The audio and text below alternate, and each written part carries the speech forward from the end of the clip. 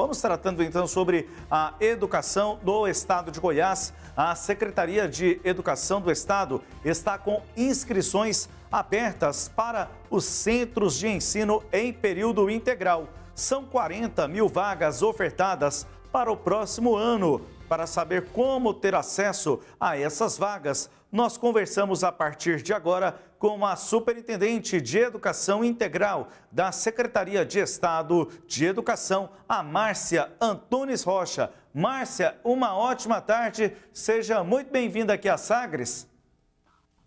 Boa tarde, um prazer aqui estar com vocês, né, e poder participar desse momento aqui tão importante para falar de educação.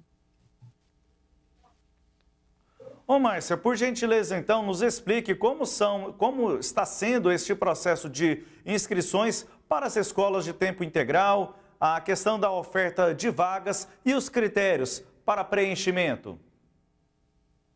Bom, as escolas de tempo integral, elas, né, começam agora num processo de organização de matrícula diferente do que nós tínhamos anteriormente, né? Então, os pais poderão procurar as escolas, né? E essa lista dessas escolas, com os endereços, telefones disponíveis, estão no site da Secretaria. E lá, uma vez que ele chegou nessa escola, ele vai poder conhecer como é que ela funciona, né? Então, esse é um dos grandes motivos porque a gente traz essa matrícula para dentro da escola e não simplesmente no site, para dar oportunidade para que as famílias e até mesmo os estudantes conheçam o funcionamento dessa escola, conheçam todo o material e todo o fluxo de trabalho que tem sido criado dentro delas, né? Então, isso para a gente é muito importante nesse momento. E, principalmente, se a gente imaginar que os nossos estudantes ficaram aí em torno de 1 ano e meio longe, né, das unidades escolares, perdendo aí rotina, né, de estudo e tudo mais, a gente precisa retomar. Então, as escolas de tempo integral também vêm com uma grande estratégia de fortalecimento da aprendizagem, dessas rotinas de estudo para os jovens, né, para os adolescentes que nas nossas escolas estão. São 40 mil vagas distribuídas em todo o estado. Cada unidade escolar atende ensino fundamental 2 e ensino médio, algumas só de médio, algumas só de fundamental 2. Essas informações constam lá também no nosso site, tá, dentro da escola. Então, o pai poderá olhar e ver que etapa de ensino é atendida, e ali, então, vai estar descrito a quantidade de vaga daquela escola. Então, nós tivemos um primeiro momento para que os estudantes da casa, que são os estudantes que já estudavam nessas escolas, oficializem as suas matrículas, e aí, em seguida, a gente abre, então, para a comunidade, para que eles possam se matricular, né? Então, isso já está disponível. E aí, o que o pai precisa, o que a família precisa levar para essa matrícula, né? Como é que funciona? Ele chegou na escola, conheceu, quer matricular, basta ele levar um documento, né, de que o filho está devidamente matriculado, que esse adolescente, esse jovem está matriculado, que série que ele está matriculado. Então, hoje a gente não tem ainda um documento de transferência, né? Então, um documento só que caracteriza que ele está estudando e que série que ele está. E aí, então, após a finalização do ano letivo, em todas as escolas, ele, então, pega o documento de transferência e oficializa a série, né?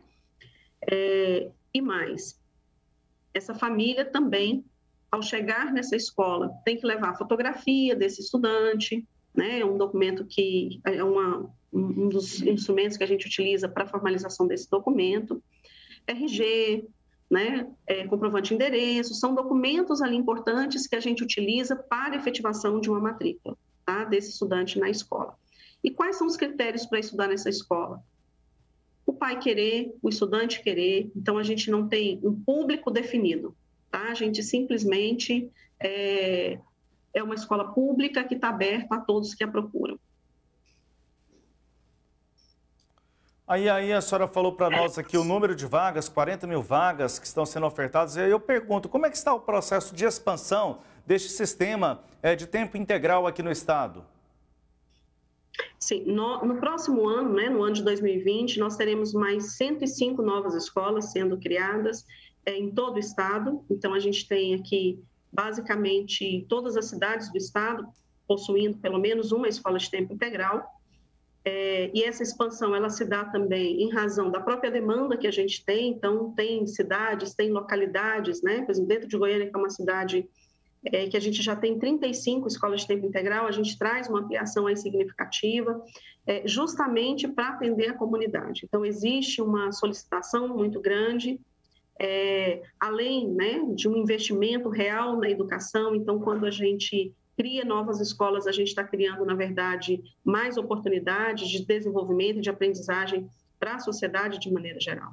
Então, uma escola de tempo integral, nessa nova configuração, nesse novo desenho que essa gestão, né, traz, é justamente com essa lógica realmente de dar mais condições para que a nossa sociedade avance, evolua e que tenha aí jovens mais bem preparados no futuro. Kleber Ferreira. Professora Márcia, boa tarde. O que o aluno que está sendo matriculado nessa escola integral vai receber em termos de apoio didático, de material? Bom, o que nós temos? A escola, ela produz um conjunto de materiais, então esses estudantes são atendidos com esses materiais, ela tem toda uma estrutura para a produção. Então, além dos livros didáticos que já são recebidos pelos estudantes, né, de toda a rede pública, seja ela municipal ou estadual, porque é um dos grandes programas que o governo federal tem, que é o programa do livro didático, eles recebem, e além disso, a escola também produz um conjunto de materiais que são ofertados. Os nossos alunos da rede estadual já vêm recebendo desde esse ano, né, desde o ano de 2021, tanto material escolar como caderno, caneta, lápis, são materiais que a gente tem ofertado para os estudantes, uniforme. Então, tudo isso esses estudantes também recebem. Além disso, a escola de tempo integral tem o desenvolvimento de aulas práticas, né, e um conjunto aqui de atividades que necessitam de materiais, como, por exemplo, a gente trabalha com robótica, então esses materiais são disponíveis na escola, o estudante tem acesso e ele pode estar desenvolvendo, né, todas as suas atividades ali dentro. A gente não costuma enviar para casa atividades, né, então os alunos fazem tudo o que eles precisam dentro da escola, e aí, então, o período que ele vai para casa, ele vai mesmo para conviver, para interagir com a família, né? Então, todo o processo de aprendizagem acontece lá dentro e esses materiais estão disponíveis para a gente. São escolas que possuem laboratórios, né? Então, a gente vem muito nessa lógica.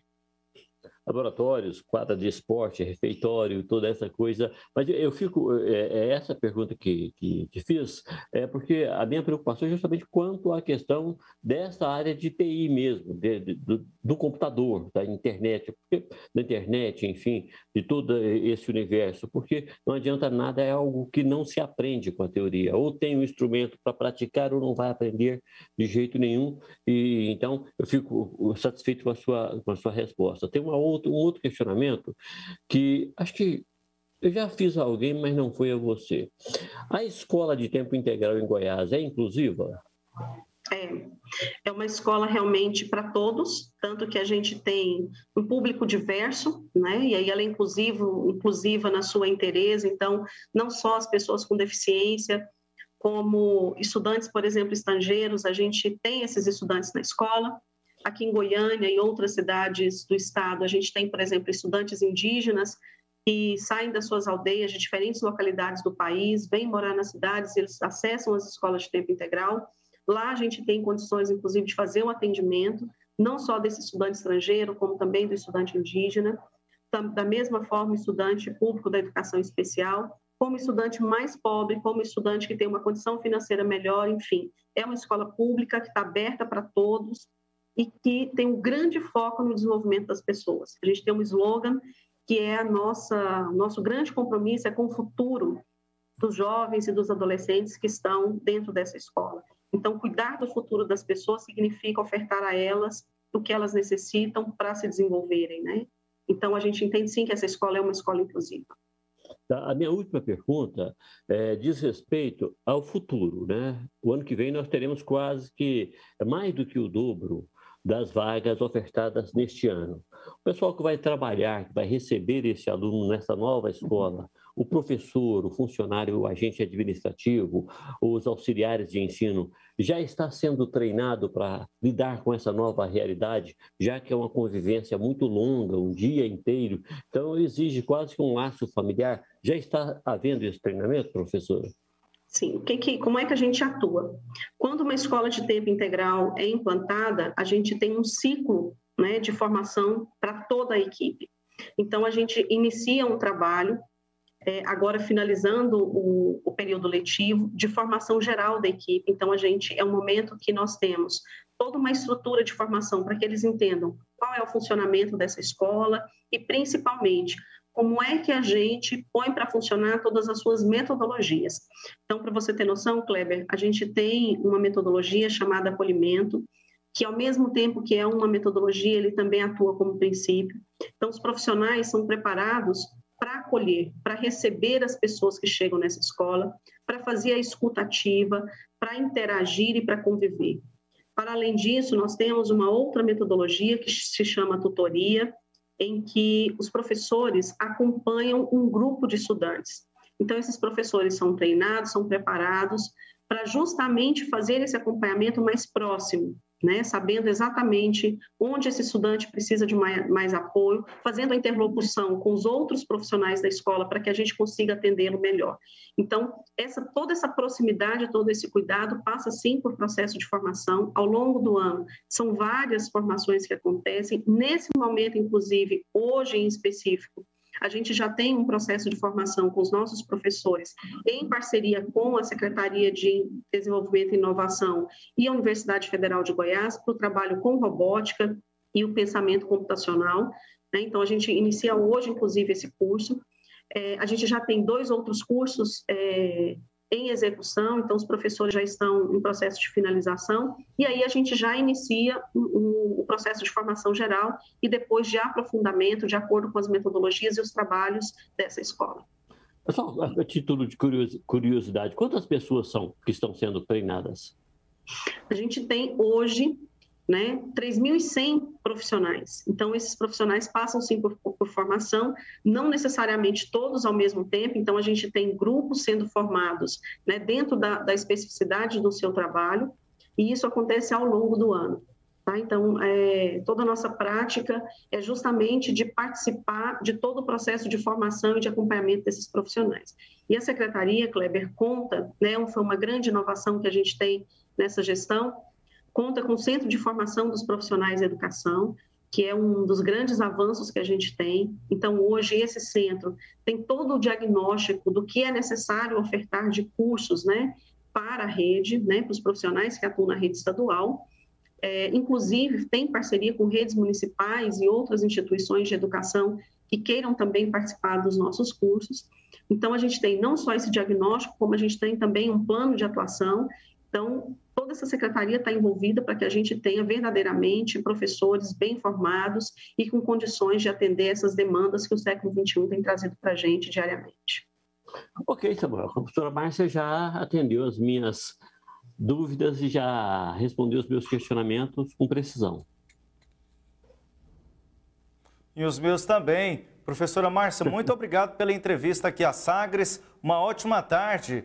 A senhora, até uma próxima oportunidade aqui conosco. Eu agradeço muito, esse é um prazer, né? Um bate-papo como esse, eu acho que é muito bacana. E a gente segue aí à disposição, né? Sempre que quiserem, a gente está aqui prontos para atendê-los. Destaques desta entrevista no nosso portal sagresonline.com.br.